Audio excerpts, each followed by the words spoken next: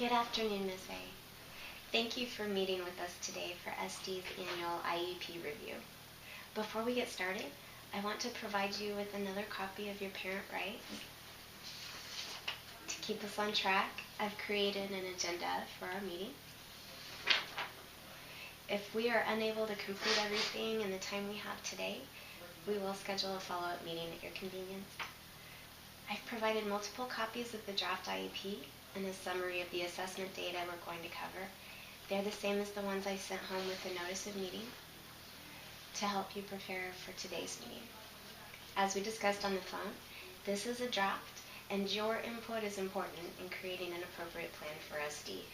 Please stop me if I say something that is unclear or if you want clarification. Do you have any questions? Okay, great. Thank you. Let's talk first about SD's strengths.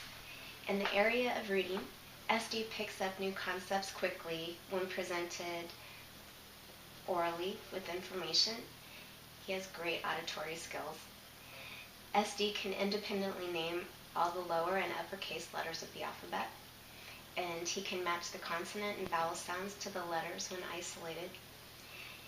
He's working on decoding one-syllable CBC words with short vowel sounds, and he remembers previously learned words. SD's oral and auditory vocabulary is a great strength for him, as he can sort words into categories and define many of the grade level words in his classroom. The areas that we've identified for improvement for SD, as you and I have talked, is he is very hard on himself. If he doesn't perform well according to his perception and definition, he will call himself stupid, and he will give up when working with me individually even. He may engage in avoidance in the classroom, as we've talked about, when facing a difficult task, and he continues to reverse those letters by writing them backwards and upside down and transposing them, like the sample that I showed you and we talked about and I've included in your packet to take home with you today.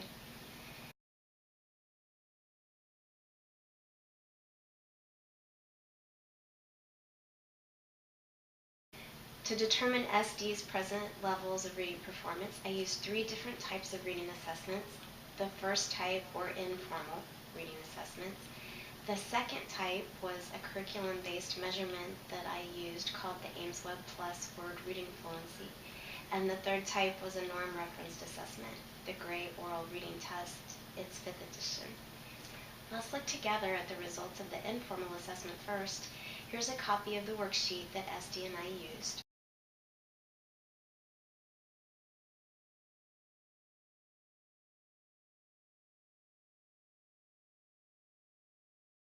I chose this assessment because it was one of my first interactions with SD, and it provided valuable information to me using a teacher-selected task from his classroom. The students were to read 6 short sentences and sort them into one of 2 different categories. According to several online readability indexes, the readability level ranged from kindergarten to 2nd grade words. SD was asked to read the sentences to himself and then out loud. After a few minutes of quiet, I asked him to read the first sentence, and he indicated he did not know the words, and he appeared very sad. His usual smile was upside down. I then told him I would say any words he did not know. By doing this, I discovered that SD could read the following words on the page. He said a, am, can, do, I, is, and up, and I pulled out the alphabet next in upper and lowercase letters and had SD read them and give me their sounds. He was perfect on that task. This let me know that he could see over size 12 font adequately. I'm not positive about size 12, but when I increased it to 14 and 16 and 18 and 20, even without glasses, which I knew we were both curious about and wanted to report to the eye doctor, he did just fine. For reading comprehension, after we read the sentences together, SD could easily sort them into the correct categories. This indicates his auditory and listening comprehension is a great strength for him, and he compares well to his grade level peers. That gave me insight into why SD might avoid reading out loud independently during informal reading comprehension assessments, because he does know what he knows and what he doesn't know, and he's very aware of his strengths and also the areas that he doesn't have confidence in yet. I tried to assess SD using the Fry Sight word list, and here's a copy of that.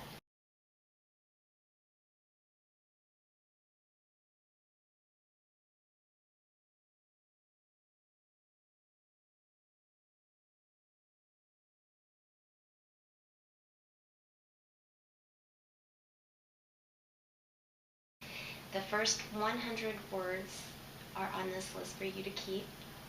These words are considered the most frequently occurring in the English language, and they are often learned in the first grade. When SD saw this list, he did not want to try them, and he told me he was stupid, and he started to cry. I am sad with him, and I know now that he does know some of these words. The district has been using the Ames Web Plus Word Reading Fluency Assessment for curriculum-based measurements and for progress monitoring. One, it can be given very quickly, and second, it does a great job of measuring progress for the students. The word reading fluency consists of high frequency and highly decodable words. In fact, 90% of its words are from this Fry list of not only the 100 words, but up to the 300 words that are seen most frequently for first graders and second graders and kindergartners. I asked SD to read as many words from the 2-page list as possible, and that he would only need to read for 1 minute, and I set my phone to 60 seconds. As you can see from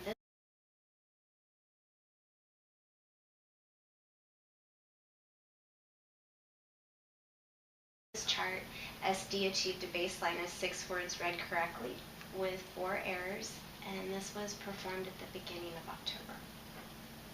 On the next 3 monitoring dates, his correct words remained at 6, but the number of errors jumped to as high as 9. We saw some progress on the latest monitoring last week when SD read 9 words correct with only 5 errors.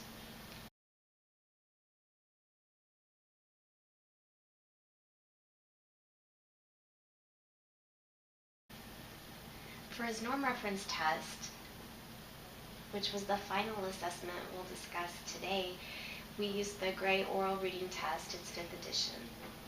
I selected this test because it's an oral reading proficiency test. What that means is it will tell us how SD performs on tasks compared to other kids his age.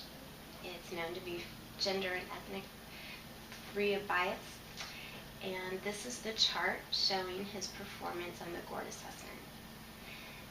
The age equivalency is less than 6 years of age, and the grade equivalency is below a first grade level. And the next column shows his percentile rank in the areas of rate, accuracy, fluency, comprehension, and then summarizes his oral reading skills. I don't appreciate the descriptive terms, so we'll just say that these are areas of growth for SD.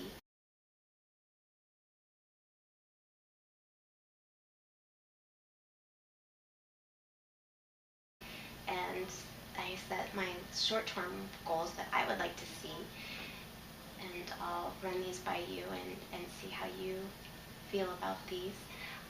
I would like to see SD correctly reading 15 words during 60 seconds from this Fry list of 100 words.